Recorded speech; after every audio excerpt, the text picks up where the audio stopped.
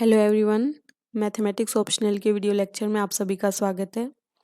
आज की इस वीडियो में हम Cartesian equation of common catenary को डिस्कस करने वाले हैं।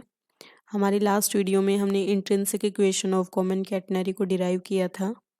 तो जो इक्वेशन हमने लास्ट वीडियो में डिराइव की थी उसकी हेल्प से हम यहाँ पे कॉमन कैटेनरी के लिए कार्टेशियन इक्वेशन को जनरेट करेंगे। कार्टेशियन इक्वेशन जो है उससे यहाँ पे मीन है कि जो कार्टेशियन हमारे कोऑर्डिनेट होते हैं उनकी फॉर्म में यहाँ पे हमें कैटेनरी की इक्वेशन चाहिए, यानी एक्स वाई फॉर्मेट में। तो यहाँ पे डेरिवेशन हम इसलिए कर रहे हैं क्योंकि यहाँ पे जो लास्ट इक्वेशन जो डिराइव होके आती है वो हमारे लिए इम्पोर्टेंट है एग्ज़ाम के पर्पज़ से। तो अगर डायरेक्ट उसको लर्न करने की कोशिश करोगे तो वो फिर कंफ्यूज हो जाओगे पूरा, इसलिए डेरिवेशन करना ज़रूरी है ताकि वो ये माइंड में सेट हो जाए। तो स्टार्ट करेंगे हम। हमारे लास्ट वीडियो में हमने एक इक्वेशन डिराइव करी थी जो कि intrinsic equation of common catenary थी, S equal to c tan psi. अब हमें एक्स वाई फॉर्मेट में इसको लेके आना है। इसके लिए हमें S और ये टेन साई जो है इसको रिप्लेस करना पड़ेगा। तो इसके लिए पहले हम टेन साई की ओर चलते हैं। तो यहाँ देख सकते हैं आप, अगर किसी लाइन का हम स्लोप निकालते हैं तो उसको हम टेन थीटा से रिप्रेजेंट करते हैं usually. Tan theta equal to d Y by D x, और यहाँ पे हमारा एंगल है वो साई है, तो इसको हम टेन साई भी लिख सकते हैं। Tan psi equal to d Y by D x. अब ये यहाँ पुट करेंगे हम इस इक्वेशन में। तो s equal to C d Y by D x. अब ये जो इक्वेशन है इसको हम एक बार डिफरेंशिएट करेंगे विद रिस्पेक्ट टू एक्स। तो d s by D x equal to C D square Y by D x square. तो अब आप देख सकते हैं टेन साई वाली फॉर्म तो वाई और एक्स में चेंज हो गई है। अब हमें इस एस को रिप्लेस करना है, और ये जो एस है ये हमारी आर्क जो हमने ली थी सी पी, इसकी लेंथ है। और आर्क लेंथ के लिए यहाँ पे एक फॉर्मूला होता है, आपने पढ़ा होगा, d s by D x equal to root one plus D Y by D x का होल स्क्वायर। तो ये फॉर्मूला होता है, इस फॉर्मूला को यहाँ पे पुट करेंगे। अब one plus D Y by D x का whole square equal to C D square Y by D x square.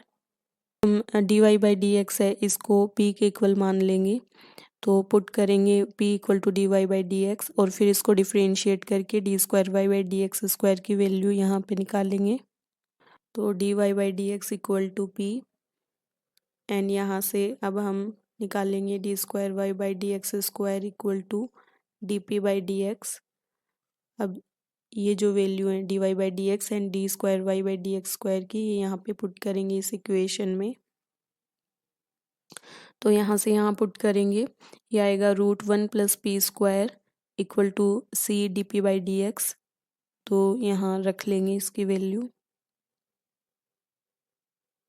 Root one plus p square equal to C d p by D x. अब p वाली जो terms हैं उनको एक side कर लेंगे, यहाँ पे लिखेंगे d x equal to C d p by root one plus p square.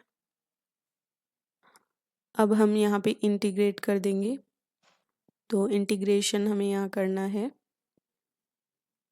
यहाँ से डी एक्स का इंटीग्रेशन हो जाएगा एक्स, एंड कोई कांस्टेंट ले लेते हैं इक्वल टू सी।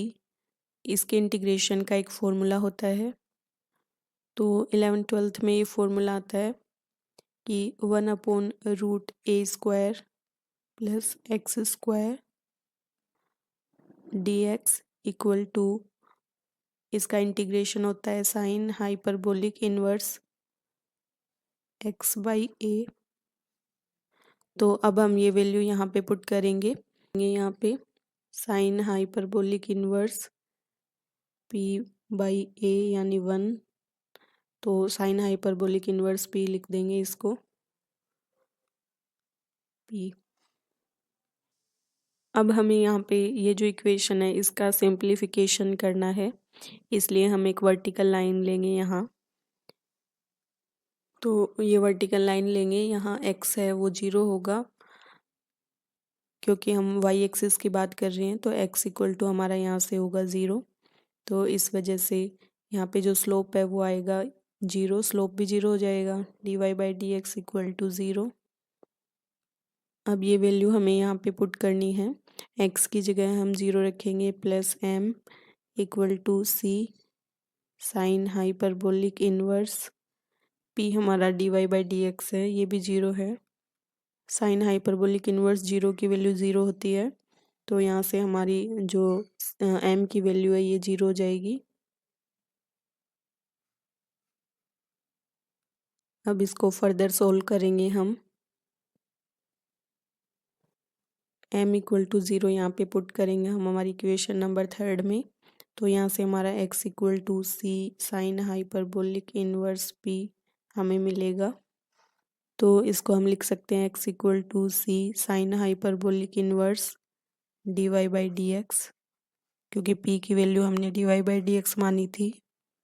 अब इसको आगे सोल्व करेंगे, x/c equal to sine hyperbolic inverse dy/dx, dy/dx की वैल्यू यहाँ से निकाल लेंगे। तो dy/dx equal to sine hyperbolic x/c और dy equal to sine hyperbolic x/c and dx।